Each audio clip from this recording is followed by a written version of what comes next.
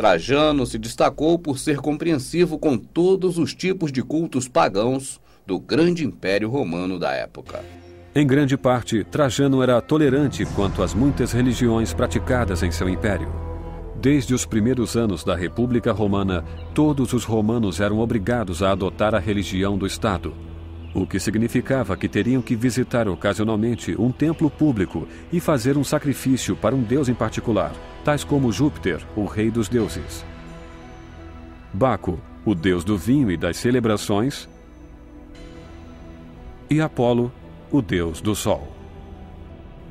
Outro fato existente na religião romana era o sacrifício ao espírito guardião do imperador reinante.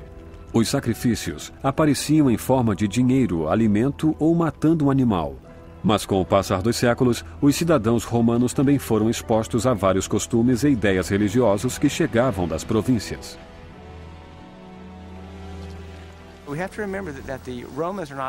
Temos que nos lembrar de que os romanos não viviam esta vida pensando em uma outra, viviam pensando somente nesta.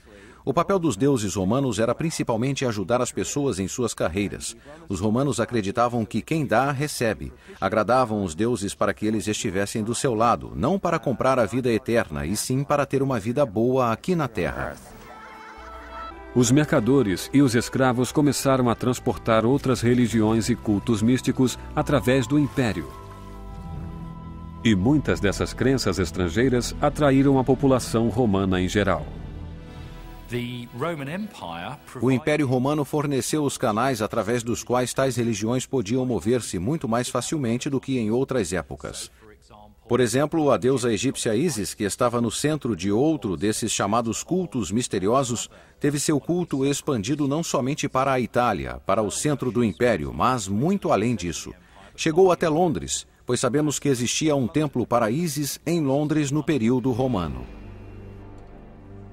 Os soldados romanos, em particular, tornaram-se seguidores ávidos de Mitra, deus persa do bem contra o mal. Seu culto, que simbolizava a morte e a renovação, atraiu os soldados que sempre tinham que encarar sua própria mortalidade nos campos de batalha. O culto originou-se nas províncias asiáticas, mas no século I d.C. foram encontrados templos para Mitra na Itália e até no norte da Bretanha. Cultos como este exemplificam a grande diversidade religiosa do Império e sua aceitação. Genericamente falando, o Império Romano caracterizou-se por sua tolerância religiosa. Tratava-se geralmente de um mundo de viver e deixar viver, em que muitos cultos eram tolerados pelo Império Romano, desde que as pessoas que seguissem esses cultos concordassem em seguir a religião romana, porque era dessa maneira que expressavam sua lealdade ao Estado romano. Trajano morreu e foi sucedido por Adriano, que assim que assumiu o império, assumiu também seu lado gay, apresentando seu novo namorado de 18 anos. E Adriano era mais apaixonado por homens do que por mulheres. O imperador iniciou um romance com um jovem de 18 anos chamado Antino, que conheceu durante suas viagens pela Bitínia, a Turquia atual. No mundo romano, o termo homossexual não existia e o conceito não tinha a mesma ramificação que tem hoje. Ter sexo com outros homens, desde que fosse o parceiro ativo, era perfeitamente aceitável. E os romanos ricos tinham à sua volta não só escravas, mas também belos escravos jovens que usavam para seus prazeres sexuais. Isso era muito comum. Quando nós vemos o sistema religioso cristão colocando sobre Sodoma e Gomorra a culpa de promiscuidade, essa a causa da sua destruição, o que é contrário à Escritura, lá diz claramente o motivo por qual Sodoma e Gomorra foi destruído.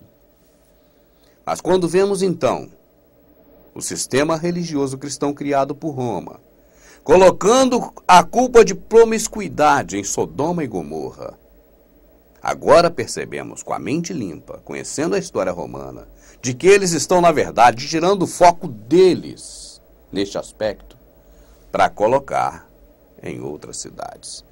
Para que toda vez que nós venhamos a nos lembrar de uma cidade promíscua, nós não venhamos a associar a Roma, mas a Sodoma e Gomorra.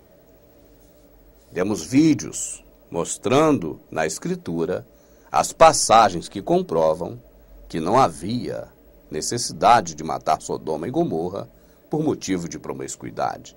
E também explicitamente escrito na própria Escritura a causa e motivo da destruição de Sodoma e Gomorra. Mesmo tirando fora o livro de Jazar, que deixaria tudo isso esclarecido, mesmo assim, Roma não cuidou de tirar algumas partezinhas da Escritura, que também atestam o motivo da destruição de Sodoma e Gomorra. Mas agora nós estamos em um momento em que o líder do mundo, o imperador romano Adriano, está de mãos dadas com o seu namorado de 18 anos, percorrendo todo o Império Romano. Império este constituído de 31 milhões de quilômetros. É muito grande. Neles, mais de 4.000 cidades, 44 províncias. E assim Adriano, ao lado do seu amante inseparável, começa a percorrer, no início do seu mandato de imperador, todo este império. E o percorreria, continuaria o percorrendo, até o final do seu mandato e da sua morte. Adriano passou quase que toda a sua vida e praticamente todo o seu império, momento de imperador, percorrendo as cidades, viajando com seu amante. Cujos territórios expandiam-se por mais de 32 milhões de quilômetros quadrados, incluindo 4.000 cidades e 44 províncias. Quase todas as cidades visitadas por ele construíram templos em sua homenagem. Não é à toa que Adriano construiu a maior quantidade de templos pagãos na Grécia Antiga. Ele foi o imperador mais religioso de todos. Desde a infância estudara ocultismo e magia negra. Ia constantemente, dentre uma viagem e outra, ao Egito, adorar a sua deusa predileta, Ísis. Em uma dessas viagens ao Egito, Adriano voltaria muito triste, porque um acidente fatal levaria à morte o grande amor da sua vida. O imperador viajou para o Egito com uma grande equipe que incluía seu amante Antino. Em meio às suas reuniões com governadores e cidadãos proeminentes da província, decidiu fazer um passeio de barco pelo rio Nilo. Mas durante a viagem, Antino, o amante de Adriano, escorregou do barco e afogou-se. O que aconteceu naquela fatídica oportunidade é que Adriano sonhava em fazer o mesmo percurso romântico de barco que havia feito anos atrás, na época do imperador César Augusto, o conhecidíssimo Marco Antônio e a rainha Cleópatra. Um encontro romântico que entrou para os maiores livros românticos da história mundial. O momento em que Cleópatra saía de barco, aquele barco lindo, todo ornamentado, em encontro ao Marco Antônio. E agora Adriano via a possibilidade dele próprio repetir o momento romântico mais famoso da história até então. Levar ao seu lado o seu amante. E dali em diante, Adriano perderia a metade da sua vida. Quem estava presente na época disse que Adriano chorou como uma mulher quando Antino morreu. Imediatamente declarou seu amante um deus e batizou uma cidade do Nilo com o nome dele. A obsessão religiosa por seus deuses, o alto grau de religiosidade que pulsava dentro do seu coração, não deixava Adriano dormir. Ele havia visitado 36 das 44 províncias governadas por Roma. Todas as 4.000 cidades romanas durante a sua vida.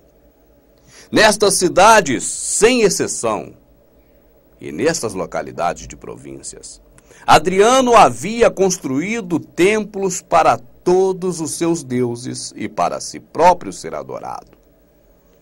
Mas uma cidadezinha simples, uma cidadezinha pequena lá no meio do deserto, no Oriente Médio, tirava o sono de Adriano. Ele teria que também naquela cidade construir pelo menos um templo de adoração pagã. Na época, a grande maioria do povo que vivia no Império Romano acreditava em muitos deuses, inclusive nos deuses romanos, que os cidadãos eram obrigados a adorar por lei.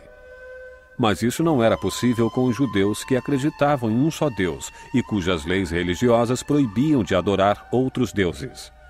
Com o tempo, a recusa dos judeus de adorar a religião estatal causou tensão entre o imperador reinante e os cidadãos de Jerusalém, a capital da Judéia. A insensibilidade quanto às práticas religiosas judaicas levaram uma série de ataques violentos. Em 70 d.C., os soldados romanos invadiram as ruas de Jerusalém. Matavam qualquer um e assaltaram os templos sagrados judeus. O cronista judeu Joséfos disse narrando a matança: lançavam-se pelas ruas com espadas em riste, massacrando indiscriminadamente todos os que estivessem em seu caminho. Joséfos. Adriano estava consciente da hostilidade entre o governo romano e o povo da Judéia, mas estava determinado a entrar em Jerusalém. Adriano exigiu que um templo romano fosse construído em honra ao deus Júpiter. Para desespero dos judeus, Adriano ordenou que o novo templo fosse erigido no ponto exato onde existia antes o templo sagrado judeu, antes de ser destruído pelos soldados romanos. Adriano insultou os judeus denunciando seus rituais culturais. Os judeus sentiram-se ultrajados pelo decreto sacrílego de Adriano. Em 132 d.C., em uma exposição maciça de desafio, milhares de judeus juntaram-se para fazer uma tribuna contra o Estado romano. Durante quase 4 anos, os judeus afastaram várias legiões romanas. Mas no final, o exército romano tomou a cidade de Jerusalém. Mais de 500 mil de judeus foram massacrados. A revolta de Bar Kokhba foi a maior batalha militar durante o reinado de Adriano. Seu exército restaurou o poder romano na província da Judéia, mas a batalha deixou lembranças amargas dos dois lados. Penso que o mais significativo neste caso é que ele não representou o menor problema militar para os romanos. Aquelas pessoas não eram importantes militarmente. O imperador Adriano faleceu no ano 136 da nossa era. Ele havia acendido o estopim da ira de Roma contra a verdadeira Igreja do Salvador. E esse estopim jamais se apagaria. Todos os imperadores que sucederam Adriano promoveram perseguições terríveis contra a Igreja verdadeira. Mas nenhum deles superou a tamanha crueldade do antecessor de Constantino, chamado Diocleciano. Se Nero usava a Igreja verdadeira do Salvador como tocha para iluminar as ruas de Roma, se Nero convidava para grandes banquetes o povo verdadeiro do Salvador e incendiava todo mundo, se Nero jogava a Igreja do Salvador aos leões, Diocleciano fez muito pior do que isso.